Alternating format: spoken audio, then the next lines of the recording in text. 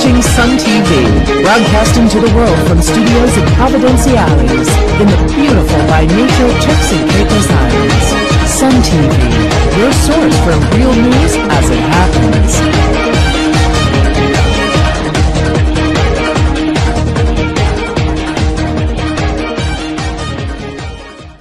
Opposition Leader Sharlene Carthwright Robinson says although there is a reason to celebrate in the Turks and Caicos Islands, it should be noted that VAT has only been delayed by the British government.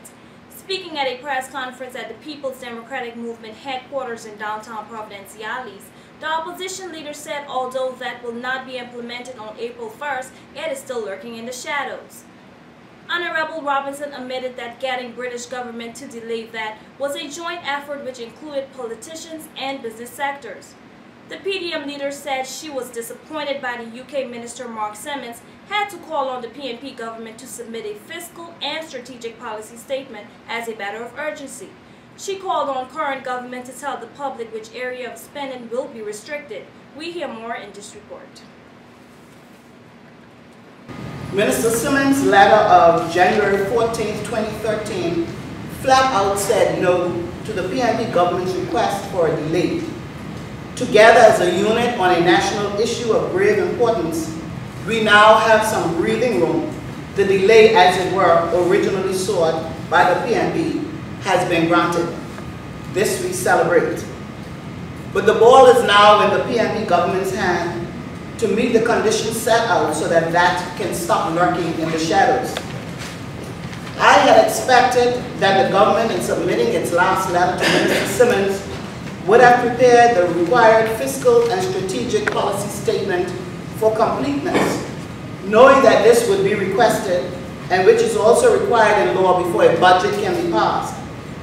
So I expressed my disappointment that we are still at this place and that Minister Simmons had to once again request for this document. I call on the government to submit this as a matter of urgency. We are also aware that the government in the last cabinet meeting in January agreed to restrict expenditure, and in the House of Assembly of February 1st, our colleague, Honorable Derek Taylor, led our position on the issue and made inquiries as to the areas that will be affected by the government's decision to accept this power.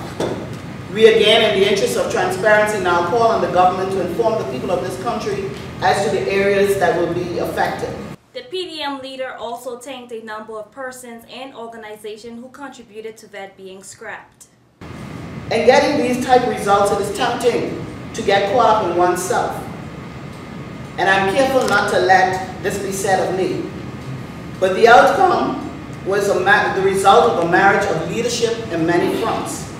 And I pay tribute to the business sector and the Clive Stanbrook-led Independent Business Council, Jersey of the private sector, and Grantor, and the business community generally, who invested in promotional material and also the study by Professor Robert Teether, which helped us in the Appropriations Committee and my party in its official position. That taught us many valuable lessons. We must take the time to research issues, and I thank publicly Ms. Edith Cox for her valuable lecture on the issue and her assistance in preparing members of our party's executive on this issue so that they can continue to educate others, and for her assistance in preparing the only written political party's position on VAT. Commenting on CARICOM, the opposition leader said there is much to be gained from associating with that regional organization. However, she expressed disappointment that the opposition was not invited to be a part of the TCI delegation, which was led by Premier Rufus Ewing at a recent CARICOM meeting that was held in Haiti. I am pleased that the Turks and Caicos Islands has been welcomed and reinstated as a member, as an associate member of CARICOM. There is much to be gained from our association with this body, but I am disappointed that a more united position was not presented overseas and that an invitation was not extended to the opposition to be a part of the delegation. I believe that though we are in a by-election campaign, there are national and regional statements to be made, and the presence of the opposition would have signaled a strong message from the Turks and Caicos. Robinson, who is the first female opposition leader in the Turks and Caicos Islands, said that healthcare in this country needs to be addressed as a matter of urgency. She told reporters that the PDM will be calling a meeting at the Medical Association to get to the bottom of some important issues that are affecting the healthcare sector. The PDM leader also called on government not to delay the audit of the two hospitals. The government has to urgently begin to pay real attention to the healthcare monster that it has created. We are disappointed that the former Minister of Health and now candidate for Cheshire Hall and Richmond Hill has misled the people of these islands when she said that the audits had already begun. Healthcare cost is the single largest challenge to us next to the repayment of the debt. This country cannot continue as is with the cost and state of healthcare.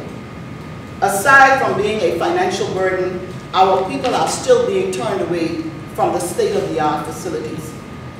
We believe that the PDM has the moral authority to handle this issue. And there are many persons that have valuable contributions to be made on the state of healthcare in these islands. To this end, my party will be calling a meeting with the Medical Association and other institutions to meet with them and discuss the all-important topic of healthcare.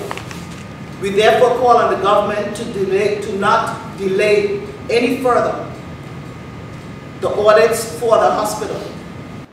Selver, the People's Democratic Movement candidate in the Cheshire Hall Richmond Hill by-election, has challenged his opponent Amanda Mizik of the Progressive National Party to a debate on matters affecting the constituency. The 49-year-old Bahamas-born businessman told reporters on Wednesday that he is the best candidate for the constituency. Selver, who lost by 39 votes in the November 9th election, said he will be going all out to win this time. In offering myself and knowing the concerns of the country, the issues that we have to deal with on a daily basis, the needs that this country is facing, that our constituency is facing, that Cheshire Hall needs, badly needs, representation, jobs, training, the list goes on. If my opponent is willing and able, I put out a challenge to her today.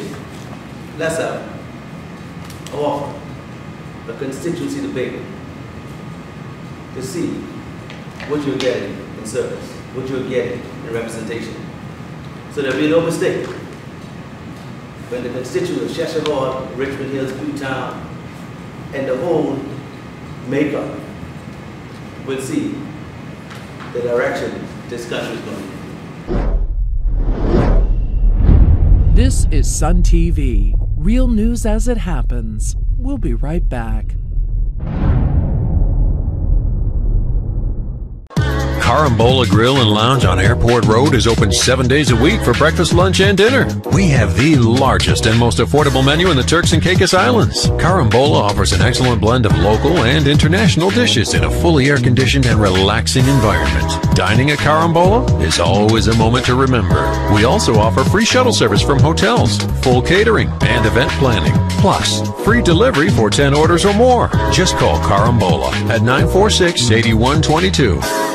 The Turks and Caicos Independent Business Council, the group that was formed last July to oppose the value-added tax, has given a positive reaction to the fact that VAT will not be introduced in the Turks and Caicos Islands on April 1st. Three TCIBC spokesmen, Dr. Sam Slattery, Ron Burchell, and Drexel Seymour, held a press conference on Tuesday at which they said the TCI has to step up to the plate. We hear first from Dr. Slattery. Population is well aware, both locally and around the world, that we were successful in persuading the British government that VAT was not the appropriate form of taxation at this time, and this is reflected in a recent letter being sent back to our Premier and the member of the Leader of the Opposition, indicating that at the moment the VAT ordinance will basically remain on the shelf and the Governor is not going to bring it into full force of law. We would like to thank everybody involved in this effort. We want everybody to understand that although there has been a sort of, as always, there's had to be a core group of individuals who've met on a very regular basis and helped guide this process. We would not be where we are today if a very large group of people in this community had not played their part. And I'd like to personally, on behalf of all of us here, the TBIC and the community bank, all those who went as far, from putting bumper stickers on your cars, to signing petitions, to turning up to meetings, to informing yourselves. I think it's very important that the community recognises that this was a group effort, and through coming together, through that unity and through the hard work of many, many different individuals, we've achieved what I think we all feel is a common sense solution. I think it's also important, and we feel very strongly, we'd like to thank the ministers in the United Kingdom, and we'd also like to thank the Governor for listening to our arguments.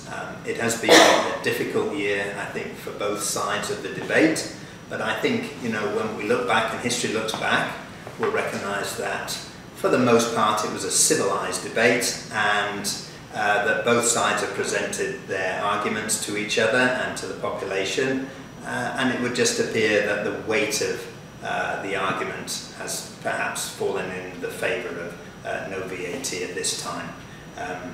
And so I think it's appropriate that we do express our gratitude to those individuals who have clearly acted ultimately on our behalf and for the people of the Turks and Caicos, which is primarily, in my opinion, the Governor's duty is to act on our behalf. I think it will just fall by the way. I think my personal view is that and some other people as well, was that the legislation was geared to a specific date, i.e. the 1st of April, and it may just all just fall away. So is it going to be used as a stick to prod us? Maybe it is, maybe it won't, but I don't think we should let that happen. Chief Executive Officer of Lime Drexwell Seymour said the scrapping of VAT at this time was a historic moment. Seymour, who was strongly against VAT, said it was a great achievement. I think this has been a historic moment in Turks and Caicos Islands, and where we saw everyone except a few people put together on this, ensuring that VAT was not introduced into Turks and Caicos Islands. I just want to, like Dr. said, thank everyone for coming together, and I think as a result of that we can see what the difference, what a united front can make when someone comes together. And so I'm hoping that in the future we'll continue to continue on that pathway where it brings us together as the people of the Turks and Caicos Islands. No matter who you are, you're residing here, whatever affects one person affects all of us, and so I'm excited about that. I'm also happy to be a part of the Turks and Caicos Independent Business Council group. We worked very, very hard in ensuring that we did our part for Turks and Caicos Islands. We did a great job in bringing awareness about that, because a lot of us don't know about that. We did our research. We went to some kids, which our country was modeled after, almost the word for word in the legislation. We went on the road and did interviews, and was able to introduce that to the people here in the Turks and Caicos Islands and make them become aware of the pros and cons of that. And I believe that has also played a very instrumental role in ensuring the message got out there. I'm Leader Sharlene. Thanks for watching Sun TV, and join us tomorrow when we bring you more news as it happens directly to your computer or mobile device.